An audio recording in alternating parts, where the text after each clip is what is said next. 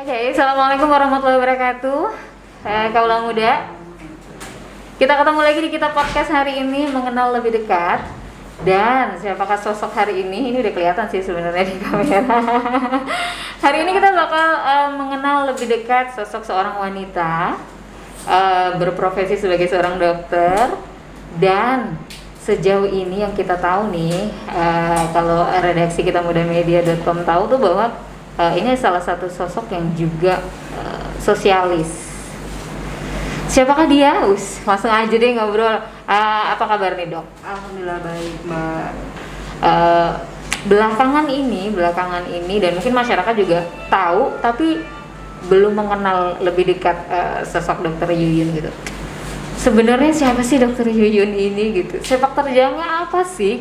Dok, bisa diceritain nggak sih dari masa kecil sebenarnya dokternya anaknya siapa sih? Kalau tadi nyebut almarhum ayah dan sepertinya salah satu tokoh masyarakat juga di Bontang, kemudian pendidikannya, menempuh pendidikan kedokterannya bagaimana gitu, dan sampai dengan ada di posisi saat ini. Jadi memang awalnya saya tidak pernah bermimpi menjadi seorang direktur rumah sakit, bahkan menjadi owner itu nggak pernah bermimpi, gitu. Bahkan cita-cita saya pun mulai dari kecil. Kalau ada yang tanya dari kecil udah pengen jadi dokter ya, Dok? Enggak. Saya SMA baru menentukan pilihan saya harus masuk jurusan kedokteran. Oke. Karena saya pikir setelah melihat beberapa senior ya, maksudnya sudah lulus, kok pada balik Bontang semua ya, gitu. Apa nggak kerja gitu kan? Ternyata menentukan pilihan untuk kuliah juga harus punya trik. Iya gitu. Kalau enggak ya kebablasan, akhirnya nanti kita nggak dapat kerjaan sama sekali.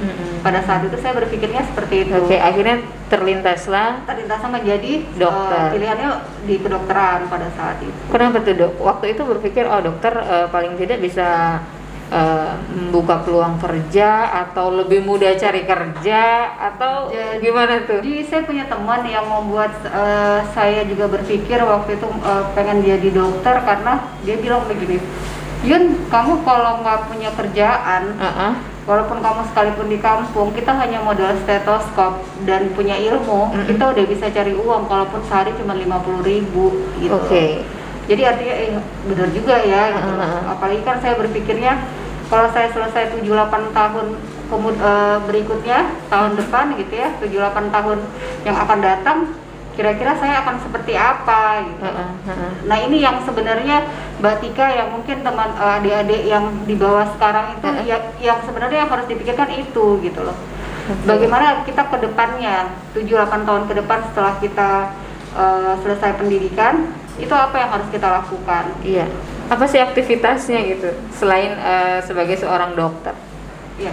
Aktivitas saya yang jelas sebagai berumah tangga ya, Mbak ya. Jadi selain kerja di rumah sakit, saya juga ada ikut kegiatan organisasi dan juga menjadi ibu rumah tangga. Itu aja sih, Mbak. Dok, nih kalau ngomongin aktivitas yang luar biasa adalah Dokter Yuyun ini kan direktur Rumah Sakit Amalia ya, Dok ya? Dulu. Oh dulu. Ya. Sekarang saya jadi owner, Mbak. Oh, ownernya. Dokternya anunya beda sendiri ya sekarang ya? Sendiri. Boleh diceritain nggak sih, Dok, gimana sih ngebangun bisa punya rumah sakit semegah ini gitu?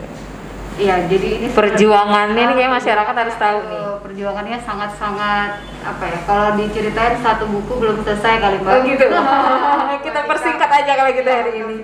Jadi memang masyarakat Kota Bontang juga tahu ini rumah sakit peralihan. Jadi dari owner lama ke owner yang baru, di manajemennya almarhum bapak saya, Haji Arbain Ahmad. Beliau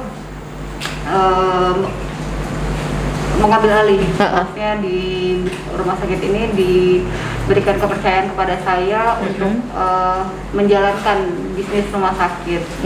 Awalnya saya pikir bisnis seperti bisnis biasa, gitu ya, bisnis seperti kayak perusahaan almarhum yang beliau jalankan. Tapi ternyata begitu saya dalami bisnis rumah sakit ini, ternyata tidak mudah, pelik gitu. Sangat ribet. Saya lebih baik memilih jadi dokter deh daripada masuk ke manajemen gitu. Karena memang di manajemen di rumah sakit sendiri itu, kalau di manajemennya itu saya harus menguasai 5 perusahaan yang ada di dalam, Mbak. Oke. Yang pertama di sini kita ada apotik, di sini kita ada restoran itu gizi. Terus di sini ada perhotelan itu menyangkut tentang kamarnya, ada laundrynya, gitu ya, ada perbankannya, di situ ada keuangan, gitu ya. Selain itu ada apotik. Jadi 5 perusahaan menjadi satu, itu lumayan agak ribet ya. Kalau kita punya satu perusahaan, hanya misalnya ini saya sebagai kontraktor jalan gitu ya. Ya saya fokusnya hanya di jalan. Ini kalau satu macet, yang satunya nggak bisa operasional. Gitu loh. Di antara 5 ini, 5 yang tadi saya sebutkan, kalau salah satunya aja yang macet, udah nggak, yang satunya juga jadinya ikut ke bawah. Jadi energinya luar biasa ya, terkuras. Oke, tapi kita keep dulu tentang itu. Untuk kaula muda yang menyaksikan bisa ikut ngobrol, bisa ikut barangkali ada pertanyaan yang selama ini terpendam untuk Dokter Yuyun bisa disampaikan. Tapi sebelumnya ini udah banyak yang nonton, terima kasih. Dan kita baca yang pertama, ini ada Mbak Nila Karmila katanya, Assalamualaikum Dokter Yuyun, lama nih nggak ketemu, nggak olahraga bareng. Pandemi soalnya ya. Rumah sakit ini hadiah setelah lulus atau juga sesuatu yang berjalan begitu aja? Jadi jujur waktu itu sebenarnya kan saya sudah lulus duluan. Sudah lulus duluan baru ini ya, rumah sakit ini ya? Belum. Jadi setelah saya lulus, almarhum bapak belum akuisisi rumah sakit ini gitu ya. Tapi setelah saya kan ikut suami dulu nih, kebetulan Dokter Badi juga ngambil pendidikan S2 di Makassar sama saya, dia di Unhas. Itu masih 2 tahun saya harus nunggu beliau selesai. Nah terus setelah itu beliau ada keterima di Kementerian Kesehatan dan harus lanjutkan pendidikan ke luar negeri. Bapak nggak setuju pada saat itu. Jadi nggak ikut? Bukan, Bapak nggak bolehin. Nggak bolehin. Bapak nggak bolehin. Dia cari cara bagaimana caranya saya berdua ini bisa kembali. Gitu. Diikat lah ya. Karena saya kan karena udah prinsip ya sama suami, udah kita nggak boleh tergantung sama orang tua gitu. Setelah ini selesai ya udahlah kita hidup mandiri gitu ya. Akhirnya saya bilang, Pak, setelah suami selesai saya nggak bisa balik gitu. Karena kenapa? Karena suami mau ikut tes. Pak Badi saya bilang kan mau ikut tes dulu di Kementerian. Lo emang mau ngapain? Rencana mau masuk di sana, ditawarin dan lanjut pendidikan di luar negeri. Beliau nggak setuju. Dan itu akhirnya tidak dijalani? Tidak dijalanin, karena beliau minta udahlah di Bontang aja gitu ya kerja. Ya mungkin jalannya juga memang sudah begitu. Setelah kami balik sekitar 6-7 bulan, almarhum meninggal. Gitu. Dan akhirnya emang diamanahkan rumah sakit ini untuk dijalankan gitu? Diamanahkan, benar. Perlahan yang tadinya mungkin ada juga ya, ada perang batin juga gitu ya. Wah, ini kesempatan nih gitu kan, kesempatan menuntut ilmu lebih tinggi, kemudian bisa hidup di negeri orang dengan berbagai macam pelajaran hidup yang didapat, terus akhirnya harus balik ke sini. Sempat ada di titik yang terima nggak ya? Aduh, nggak terima gitu atau gimana, Dok? Jadi kebetulan juga sosok suami ini, suami saya ini yang patuh sama orang tua ya. Mungkin beliau juga punya feeling, akhirnya dia bilang, yaudahlah kita balik aja, ikut aja bapak bilang apa gitu ya. Akhirnya kami balik gitu. Pas kami balik, beliau udah bilang, nih tugas kamu jalanin rumah sakit ini, bagaimana caranya kamu bisa kembangkan rumah sakit ini gitu. Dan kami yang berdua tuh yang haruskah kami jalanin ini gitu kan, maksudnya nggak percaya gitu Kak, kalau beliau tuh ternyata sudah punya beliau gitu menyiapkan ini gitu ya. Ya seperti itu. Luar biasa, karena memang ternyata perjalanan hidup orang berwarna-warni. Ini juga ada Mbak Desi Amalia yang lagi nonton, selamat sore. Kemudian juga ada Putri Ayu dan masih banyak lagi yang nanti kita akan sapa satu-satu. Ada Vizai Andi juga, Haryono, Hairudin, Adam, Septa Lutfiana ya. Terima kasih sudah menyimak. Dok, dalam perjalanan apa yang paling akhirnya mengetuk mengetuk dokter pribadi gitu, bahwa ternyata keberadaan rumah sakit kemudian juga bermanfaat untuk masyarakat sekitar itu jauh lebih bernilai gitu ketimbang yang lainnya, Dok. Iya. Jadi memang pesan almarhum Mbak, terakhir sebelum beliau meninggal memang diamanahkan ke saya. Nah, kalaupun kamu punya rumah sakit, satu pesan Bapak selalu membantu orang-orang yang susah, selalu seperti itu. Dan sosialnya harus tetap ada. Dan makanya kalau ada pasien yang datang ke kami awalnya tidak punya jaminan, ya kami usahakan dulu untuk mencoba ke seperti yang kayak ke Basnas atau ke Jamkesda, dulu masih ada Jamkesda ya. Tapi memang mereka harus penuhi semua persyaratan-persyaratannya sesuai dengan ketentuan. Jika semua persyaratan itu tidak ada satupun yang bisa dia realisasikan, maka ya kami membantu untuk bisa tidak membayar di kami. Iya, itu termasuk kemarin ini kita juga sempat meliput ya, redaksi dari Kita Muda Media, ada satu bapak ya Dok ya, bapak tua, tidak punya keluarga di sini, tapi ternyata kena musibah. Akhirnya Amalia mau tidak mau menerima tanpa, maksudnya administrasinya nanti aja deh, yang penting diterima dulu. Jadi bentuk-bentuk yang seperti itu ya yang diterapkan ya. Jadi di kami memang kita tolong dulu, nanti urusan bagaimana pembayaran dan sebagainya itu nomor 2 lah, seperti itu. Sebagai ibu rumah tangga itu gimana sih sosok Dokter Yuyun gitu? Iya, seperti yang saya bilang, kalau tidak ada wabah seperti ini ya, saya kalau pagi ngikut anak dulu ngantar sekolah. Mereka kan keluar rumah jam 6.15 ya, karena dia masuk jam 7 pagi itu dia udah masuk sekolah. Jadi jam 6.15 saya udah keliling nganterin anak satu-satu. Saya kan punya anaknya 3. Jadi satunya di sekolah di Cahaya Fikri, satunya di YPK, satunya di TK. Jadi di hub. Jadi saya harus keliling. Setelah itu saya baru ke rumah sakit. Iya. Mau apa namanya? Kecilnya di Bontang juga, Dok? Lahirnya kecilnya? Saya jadi gini, saya lahirnya di Samarinda. Cuman begitu ibu selesai melahirkan langsung balik ke Bontang. Jadi numpang lahiran aja di Samarinda. Tapi mulai dari bayi saya memang di Bontang. Jadi TK, SD, SMP, SMA ya di Bontang. Di Bontang semua sampai tapi kuliahnya tadi di Makassar ya. Di Makassar.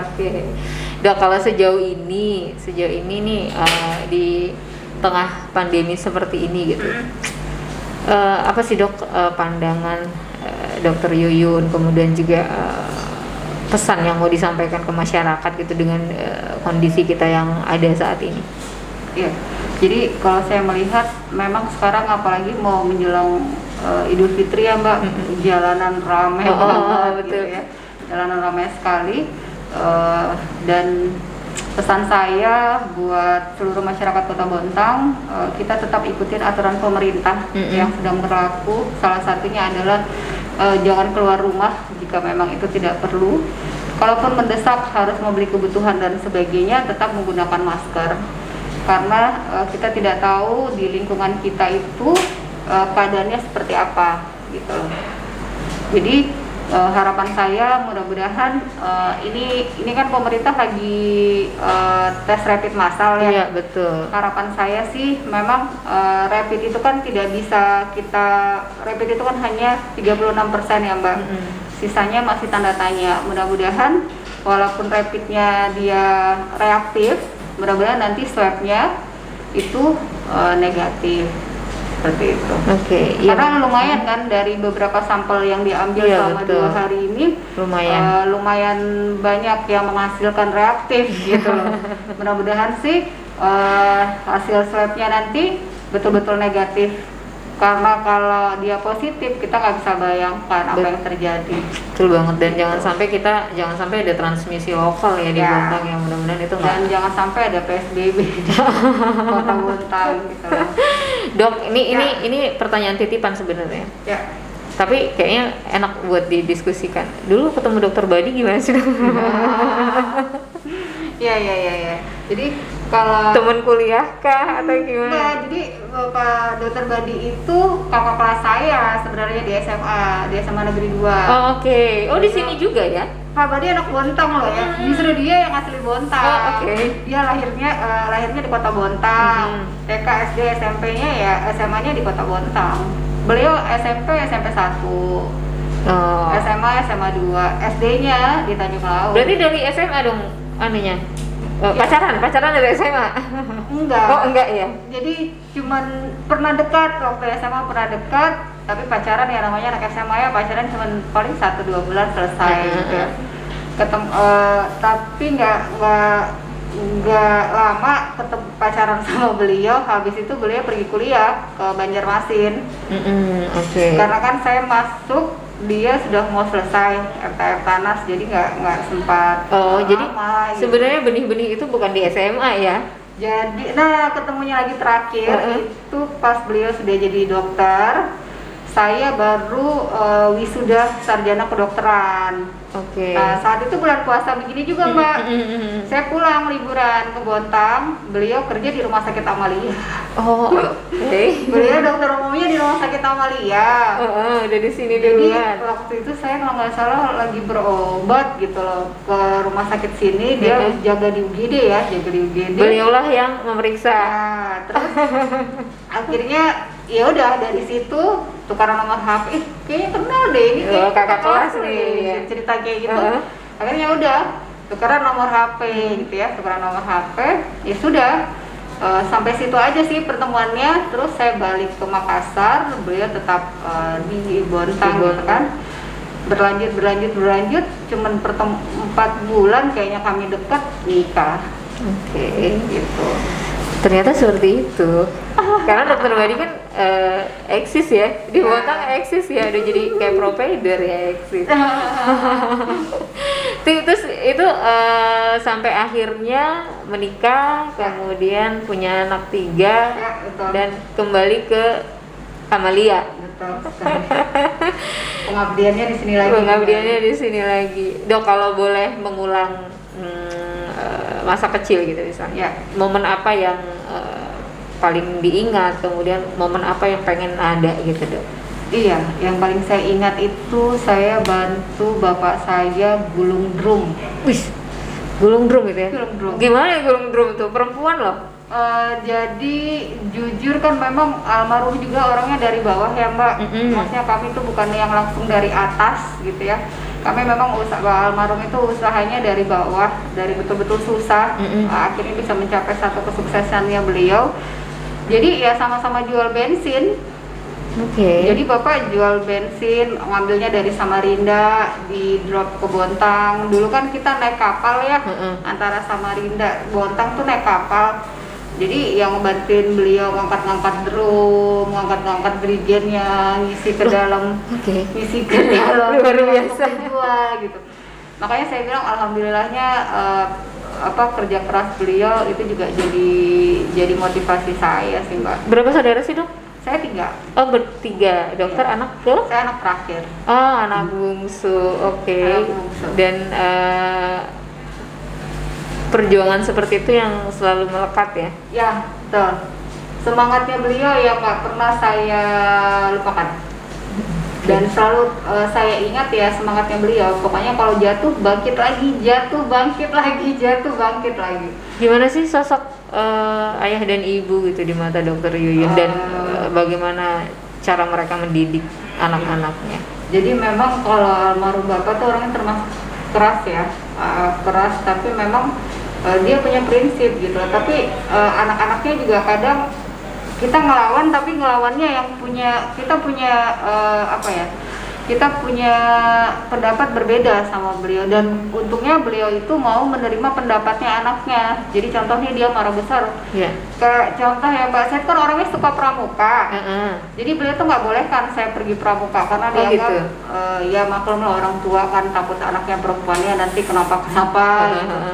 Akhirnya beliau bilang pokoknya nggak ada yang boleh pramuka. Itu saya sampai dicambuk pakai rotan loh, Mbak. Bener, saya dicambuk pakai rotan tuh. Padahal pengen banget ya. Karena saya pikir ini kalau saya nggak, karena masa saya harus begini terus gitu kan ya. Akhirnya sudah saya bilangnya sama bapak, saya janji tidak akan pernah membuat nama orang tua saya menjadi jelek. Karena ibu tahu sendiri kan, kalau kita ikut pramuka terus pacaran, itu yang bapak nggak mau. Dia takut ya, anak perempuannya seperti itu gitu. Tapi kalau sekarang ke anak-anak dibolehin nggak pramuka?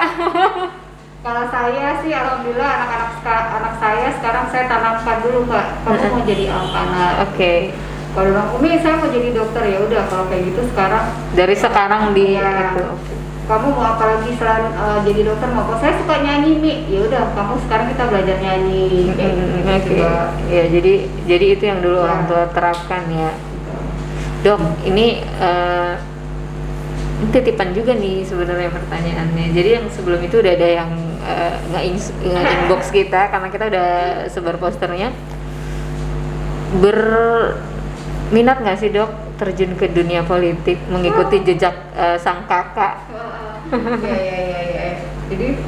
Jadi jujur Mbak Tika, banyak sih teman-teman. Ayo dong Yun maju. Iya deh, karena tokoh perempuan agak minim kan. Betul. Jadi saya bilang sama mereka, tidak mesti saya harus terjun ke politik, saya bisa membantu teman-teman di sekitar saya. Saya bilang, saya dengan begini pun saya bisa membantu orang-orang yang masih bisa saya bantu. Saya bilang seperti itu. Tidak mesti harus punya kekuasaan atau jabatan, tapi saya bilang saya juga takdir itu kan Allah sudah mengatur ya Mbak. Jadi saya bilang nasib saya atau rezeki saya nanti beberapa tahun ke depan saya coba jalanin saja dulu gitu loh. Kalau toh memang Allah menakdirkan nanti akan seperti apa, ya semuanya akan bisa terjadi. Kalau saya sih begitu aja sih Mbak, karena memang sosok perempuan kan susah banget betul. di Kota Bontang. Jadi ya kalau saat ini saya bilang saya memang fokus untuk mengembangkan rumah sakit dulu. Karena saya kalau kerja satu kerjaan dulu saya fokuskan, ini harus berkembang gini gitu loh. Dalam 10 tahun saya punya target, karena 5 tahun kemarin ini targetnya udah selesai. Ini saya lagi membuat restra saya yang baru, bagaimana rumah sakit ini 5 tahun ke depan, ya termasuk bagaimana nanti migas itu sudah tidak ada lagi di Bontang, atau ada beberapa pabrik yang tutup, itu juga semua udah jadi target saya di rumah sakit. Jadi gitu, biarin mengalir gitu aja ya. Kalau ternyata alirannya membawa ke arah sana, dijalanin. Kita lihat nanti. Aduh, saya kalau sudah bicara masalah itu ya agak susah juga ya ngomongnya. Kalau yang jelas untuk saat ini saya fokus dulu di kerjaan saya sekarang. Bagaimana ke depannya atau berapa 5 tahun ke depan dan sebagainya, ya kita lihat nanti. Ya, kayaknya ya seperti itu. Ya dok, kalau untuk lingkungan sosial dokter gitu, kita kalau belakangan ini kemarin-kemarin kita juga ikut mengamati gitu. Dokter banyak sangat peduli dengan orang-orang yang terdampak COVID gitu. Apa sih dok sebenarnya yang menjadi misi gitu, kemudian apa yang dokter harapkan gitu dari semua yang sudah dilakukan? Saya harapannya begini Mbak, saya harapannya banyak orang-orang yang mampu, yuk kita sama-sama terjun untuk membantu sesama kita. Kalaupun tidak bisa dengan jarak atau wilayah yang berbeda, setidaknya di lingkungan kita dulu sendiri. Karena jujur, saya kan suka keliling-keliling ya Mbak, maksudnya kayak saya bisa bergaul dengan siapa saja. Yang membuat saya miris kemarin ada salah satu, saya beli makanannya beliau ngomong gini, Bu, saya tuh harusnya sehari bisa dapat 500.000. Terus kenapa sekarang? Saya gitu kan. Sekarang karena masa corona kayak gini, saya untung kalau bisa dapat 100.000. Loh kok bisa? Turunnya drastis banget. Iya Bu, makanan saya sampai basi dan sebagainya gitu Mbak. Di situ yang membuat saya berpikir begitu banyak dampaknya ya, bukan hanya kami yang di perusahaan-perusahaan besar, tetapi buat yang di bawah lebih parah lagi gitu loh. Alhamdulillah kan kalau kami di rumah sakit kita masih ada uang gaji ya Mbak tiap bulan yang pasti gitu. Tapi kalau mereka kan tidak, pendapatannya tidak ada yang pasti gitu. Untung kalau bisa makan hari ini. setiap saya jalan lagi ke satu tempat, terus dia bilang, Bu, kadang kan saya belanja nih, beli beras atau beli apa gitu, beli telur. Ada ibu-ibu di samping saya, uangnya kurang gitu kan.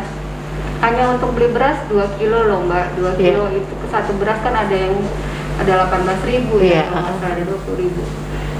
Saya bilang, Ibu, maaf Ibu kerjanya apa? Saya hanya pedagang sayur. Oh ya, terus Ibu uangnya kurang? Ya Bu, uang saya kurang. Ya udah Ibu ambil aja, saya bilang, nanti saya bayar. Jangan Bu, nggak apa-apa, ambil aja, kalau perlu ambil telur aja lagi. Saya bilang kan kalau aja. Akhirnya saya kasihlah beras 1 karung, saya suruh dia bawa sama telur. Akhirnya dia bilang, Ibu makasih banyak ya, karena ini 1 karung ini bisa saya untuk makan bisa sampai 2 bulan. Saya tuh yang masuk, aduh, sampai di mobil saya naik, saya nangis gitu kan. Kata suami, kenapa kamu nangis gitu? Sedih, kenapa tuh orang benar-benar loh untuk beli beras 2 kilo aja setengah mati. Saya bilang, apa itu? Maksudnya kita ini udah cukup banget bersyukur. Saya bilang bisa beli dan sebagainya. Ya udah saya kepikiran, kadang teman-teman juga chat yang kenal saya, Dok, bisa beli makanan saya nggak? Gitu kan? Kadang saya beli aja Mbak, saya beli aja. Cuman kan saya bilang kalau saya beli aja, dia orang nggak bisa tahu dong apa yang saya makan hari ini. Gitu. Akhirnya saya kepikiran, saya minta tolong IT, buatin ibu ini dong, ibu mau konsepnya seperti ini. Saya beli, saya promosiin, saya bilang gitu kan. Saya bantu untuk UMKM ini bisa terbantu dengan adanya saya. Gitu. Kalaupun saya bilang saya hanya beli 50.000, 40.000 satu barang. Dan alhamdulillah antusiasnya mereka ternyata luar biasa. Jadi sekarang tiap hari ada makanan yang diantar ya? Tiap hari makanan yang diantar. Bonusnya ya tadi saya bilang rezeki bisa lewat Bapak aja ya Mbak. Betul. Saya beli 1, gratis 1 gitu loh. Beli 2, gratis 2. Kalau ini apa sih Dok nih Dok? Oh iya, ini dipajang dari tadi saya juga penasaran ini sirup apa ya? Bukan, ini sabun. Jadi sabun karena tadi kan ceritanya kita di rumah ya Mbak. Tapi ternyata ada sesuatu karena bising banget. Jadi setiap orang ke rumah saya tuh dapat sabun cuci tangan. Aduh karena jam segini emang jadi saya bayanginnya itu sirup. Jadi ya ini sabun cuci tangan. Ini yang buat anak saya. Oh gitu, itu buat sendiri? Enggak, tetap maksudnya dia yang Umi kita bikin sabun cuci tangan dong gitu. Karena Grab kan banyak bolak-balik. Jadi dikasih sama dia bilang Umi biar dia bisa cuci tangan, katanya aku mau bikin botol-botol kecil dong. Jadi dikemasin sendiri ya sama anak-anak. Ada hal yang belum dicapai nggak sih untuk lebih bermanfaat? Jadi kalau semuanya saya selalu syukurin ya Mbak, sampai detik ini pun saya sampai bisa seperti ini pun pencapaian yang luar biasa menurut saya. Dan saya jujur tidak pernah bermimpi akan jadi seperti ini. Bahkan juga itu tadi saya bilang, saya nggak pernah bermimpi punya cita-cita jadi seorang direktur atau cita-cita menjadi seorang pemilik rumah sakit, itu sama sekali tidak pernah terlintas gitu. Jadi kalau mau ditanya kira-kira sudah tercapai nggak Dok keinginannya? Alhamdulillah sih setiap pekerjaan yang saya lakukan selalu punya target ya Mbak. Dan alhamdulillah itu semua sudah bisa tercapai. Karena kalau saya kerja, saya punya rencana kerja berapa tahun, itu harus tercapai atau tidak. Nah salah satunya yang rumah sakit ini tiap tahun kan mungkin Mbak Tika lihat sendiri ya. Saya punya Rensa selama 5 tahun, jadi tiap tahun itu pasti ada perubahan. Seperti itu. Salah satunya ya target kami di tahun kemarin itu 2019 terakhir sampai tahun 2020 pembebasan lahan di sebelah rumah sakit itu, dan alhamdulillah bisa terpenuhi. Hari ini kita dapat pelajaran baru lagi dari seorang dokter Yuyun, karena ternyata minimal berbuat dulu aja kalau kata dokter Yuyun, bermanfaat buat sekitar, nanti bagaimananya biarkan itu mengalir. Betul. Dok, kita ini mau closing ya, kita nge-games dulu sebentar, jadi nanti Tika menyebutkan beberapa kata, dokter langsung respon aja apapun yang terlintas ya Dok ya. Oke, kita mulai dari sekarang. Iya. Saya jadi deg-degan. Pokoknya apa aja yang terlintas gitu ya, cepat ya. Ayah dan ibu? Orang tua terbaik saya. Oke. Keluarga? Keluarga dekat saya. Masyarakat? Yang wajib saya pedulikan. Amalia? Rumah kedua saya. Anak-anak? Surga saya. Oke, luar biasa. Terima kasih Dokter Yuyun, sukses untuk Rumah Sakit Amalianya, Amin. untuk pekerjaannya, untuk dunia sosialnya, kemudian juga untuk keluarganya juga. Ya. Mudah-mudahan apapun yang kita diskusikan hari ini bisa menjadi satu pelajaran dan menginspirasi kaula muda masyarakat Bontang hari ini. Sekali lagi terima kasih Dok. Untuk yang stay tune dari tadi juga terima kasih. Ini belum kita bacain satu-satu soalnya saya nggak bisa buka ini. Oke, terima kasih sekali lagi kaula muda, dan nanti kita akan ketemu lagi dengan tokoh-tokoh inspirasi lainnya di Kitab Podcast Mengenal Lebih Dekat. Wassalamualaikum warahmatullahi wabarakatuh.